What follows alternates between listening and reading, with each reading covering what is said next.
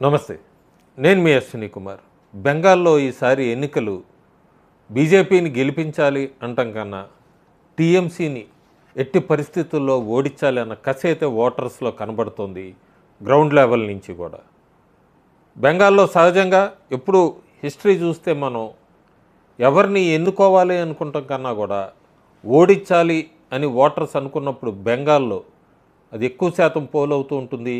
Voters ఒక డెసిషన్కి వస్తారు, ఆ పార్టీని ఓడించాలి అన్నప్పుడు ఒక వేవ్ లాగా ఉంటూ ఉంటుంది. మనం గతం చూస్తే కాంగ్రెస్ తర్వాత సిపిఎం అధికారంలోకి వచ్చింది, సిపిఎంని ఓడించాక టీఎంసీ అధికారంలోకి వచ్చింది. ప్రస్తుతం బెంగాల్లో ఓటర్స్ ఎంత కోపంతో ఉన్నారంటే టీఎంసీ మీద కరప్షన్ కానీ, అట్లాగే నిరుద్యోగ సమస్య, లోకల్గా ఉన్న ఇష్యూసు, ఎపీజ్మెంట్ పాలిటిక్సు, వీటన్నిటినీ ప్రజలు ఈసారి ఎట్టి పరిస్థితుల్లో ఒక మార్పు అనేది అయితే కోరుకుంటున్నారో ఆ మార్పు వాళ్ళకు కనబడుతోంది కూడా టీఎంసీకి ఆల్టర్నేటివ్గా బీజేపీ పార్టీయే. సో ఇక్కడ మీనింగ్ చాలా క్లియర్గా అర్థమవుతుంది మనకి. బీజేపీ బలం, స్ట్రెంగ్త్ ఇవన్నీ ఒక లెక్క అయితే ప్రజలందరూ కూడా టీఎంసీని ఓడించాలి, టీఎంసీకి ఆల్టర్నేటివ్గా కనబడుతున్నది బీజేపీ కాబట్టి బీజేపీకి ఓటేయాలి.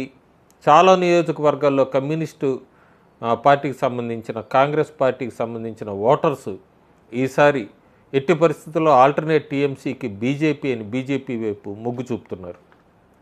ప్రధానమంత్రి నరేంద్ర మోడీ బెంగాల్ పర్యటనలో బ్రహ్మాండంగా ప్రజలు బ్రహ్మరథం పడుతున్నారు.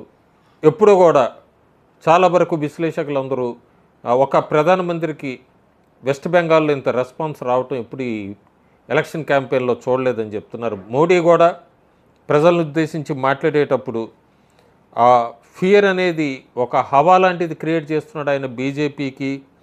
ఎక్కడా కూడా మోడీ ఒక పార్టీ గెలుస్తుంది, బీజేపీ అధికారంలోకి వస్తుంది రాష్ట్రంలోని సహజంగా క్యాంపెయిన్లో ఎక్కువ గంటాపదం కాన్ఫిడెంట్గా చెప్పరు.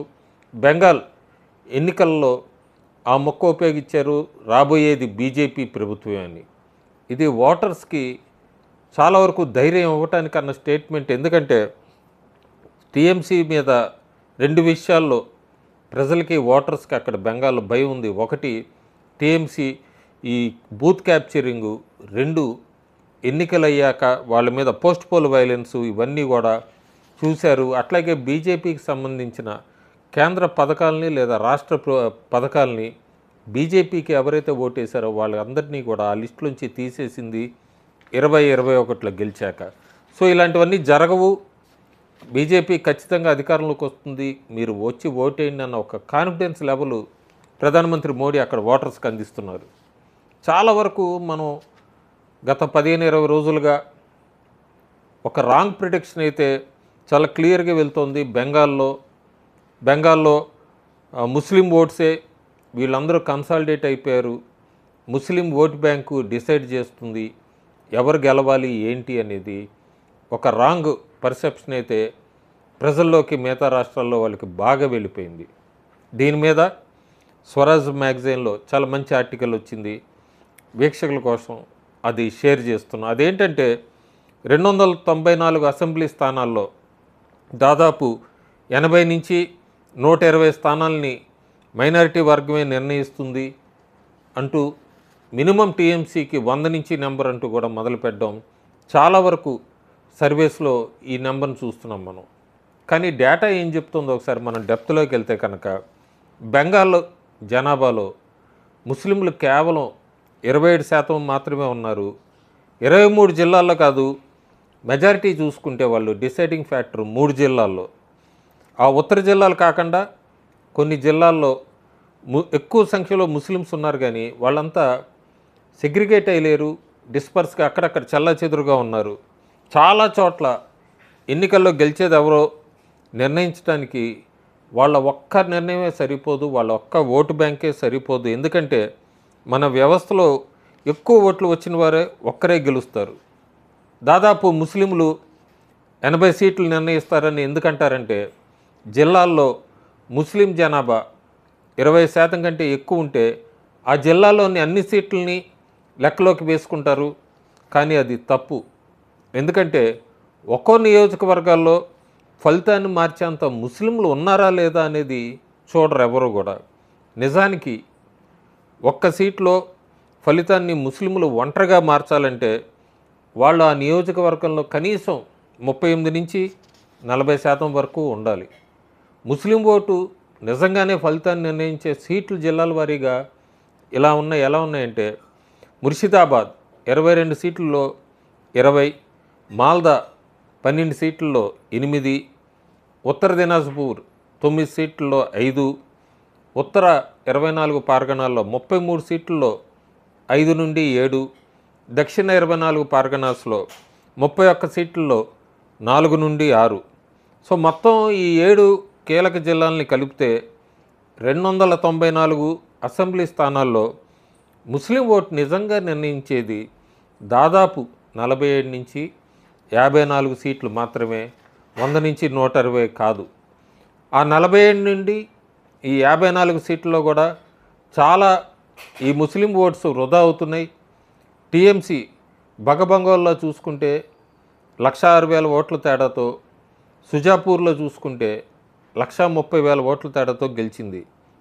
అంటే గెలవటానికి అవసరమైన దానికంటే ఎక్కువ వచ్చిన ఓట్లు ఎవరిని గెలిపించవు, అవన్నీ కూడా వృధానే.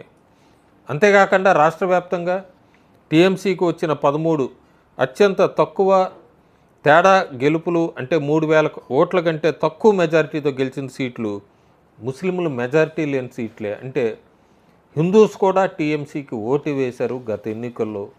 కేవలం ముస్లిం నిర్ణయించేవే కాదు, నిజంగానే ముస్లిం ఓటర్లంతా కూడా ఒకే పార్టీకి ఓటేస్తే ముస్లింలు ఫలితాన్ని నిర్ణయించేది దాదాపు 60 సీట్లు ఆ పార్టీకి వస్తాయి. కానీ దానివలన ఇంకా మిగిలిన 234 సీట్లలో ముస్లిమేతర ఓటర్లు కలిసి ఎదుటి పార్టీకి ఓటేస్తారు. ఇది చాలా కీ. 60 వరకే ముస్లిం ఓటు బ్యాంక్ డిసైడింగ్ ఫ్యాక్టరు. మిగతా 234 స్థానాలు మనం చూసుకుంటే నాన్ ముస్లిమ్స్, ముస్లిమేతర ఓటర్సు ఎదుటి పార్టీకి ఖచ్చితంగా ఓటేస్తారు. అంటే ఒక వర్గాన్ని మనం ఏకం చేయాలని చూస్తే అవతల పక్క పోలరైజేషన్, రెండో వర్గం కూడా పోలరైజ్ అవుతుంది, ఏకమవుతుంది. ఇది రెండు వైపులా పదునుగానే పనిచేస్తుంది. ముస్లిమ్స్కి వీటో పవర్ ఉంది అనే మాట బెంగాల్లో అందరికీ ఉపయోగపడుతుంది, అలాగే కొనసాగుతుంది కూడా ప్రస్తుతం దాకా. టీఎంసీ దీన్ని బాగా వాడుకుంది, లౌకికవాదాన్ని కాపాడుతున్నాం మేమే అని చెప్పుకుంటోంది. అప్పుడు ఎందుకంటే వాళ్ళ రూలింగ్ గురించి ఎవరు అడగరు, పరిపాలన గురించి ఎవరు ప్రశ్నించరని. బీజేపీ దీన్ని వాడుకొని తమ వైపు ఓటర్లంతా కూడా ఒక గ్రూప్గా ఏకం చేస్తుంది 2026 ఎన్నికల్లో. ఐఎస్ఎఫ్ దీన్ని వాడుకుంటోంది తమకు రాజకీయంగా గుర్తింపు ఉందని చూపించుకుంటానికి. నిజంగానే 2021 ఎన్నికల్లో ఫలితాన్ని నిర్ణయించిన సీట్లు హౌరా, హుగ్లీ, మధువా బెల్టు ఇలాంటి చోట్ల చాలా తక్కువ తేడాతో గెలిచిన సీట్లు.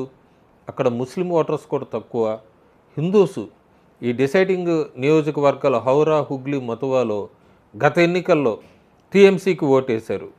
అయితే బెంగాల్లో ముస్లిం ఓటు ఒక పార్టీకే మంచి స్టార్ట్ ఇస్తుంది. కానీ రాష్ట్రంలో మాత్రం ఎవరు గెలుస్తారు అనేది ఒక్క ముస్లిం ఓటు వల్లనే నిర్ణయిస్తారంటే దానికి మాత్రం ఖచ్చితంగా సమాధానం చెప్పచ్చు, బెంగాల్లో అవకాశం లేదని. కేవలం ముస్లిం ఓట్ బ్యాంకు స్టేట్ మొత్తం కాకుండా ఇండివిజువల్ నియోజకవర్గాలు చూసుకుంటే 294లో 55 నుంచి 60 స్థానాలు ఉన్నాయి. పోలరైజేషన్ చూసుకుంటే మనం మిగతా 234 స్థానాల్లో ఎప్పుడైతే ఇటు ముస్లిం పోలరైజ్ అయ్యారో 2021లో అయితే వేరేగా చూసాం. ప్రస్తుతం 2026లో టోటల్గా హిందూ పోలరైజేషన్ కనబడుతోంది. బీజేపీ వైపుకి స్వింగ్ అవుతోంది. మే 4వ తారీఖు బెంగాల్లో బీజేపీ ఖచ్చితంగా గెలవబోతోంది. బీజేపీ బలం వల్లనే కాకుండా 2023లో తెలంగాణలో లేకపోతే కొన్ని రాష్ట్రాల్లో మార్పు అనేది ప్రజలు ఒకసారి అవకాశం ఇద్దామని ఎట్లా ఓట్లు వేశారో బెంగాల్లో టీఎంసీకి ఆల్టర్నేటివ్ బీజేపీకి ఒక అవకాశం ఇద్దామని కమ్యూనిస్ట్ ఓట్ బ్యాంకు, అట్లాగే కాంగ్రెస్ ఓట్ బ్యాంకు వాళ్ళు కూడా బీజేపీ వైపుకి షఫల్ అవుతున్నారు. ఇదంతా కూడా యాడ్ ఆన్ స్ట్రెంత్ అని చెప్పచ్చు. బెంగాల్లో బీజేపీ ఈసారి ఖచ్చితంగా గెలవబోతోందన్నది ఎన్నికలు సమీపిస్తున్న కొద్దీ విశ్లేషకులు అంటున్న మాట. Thank you.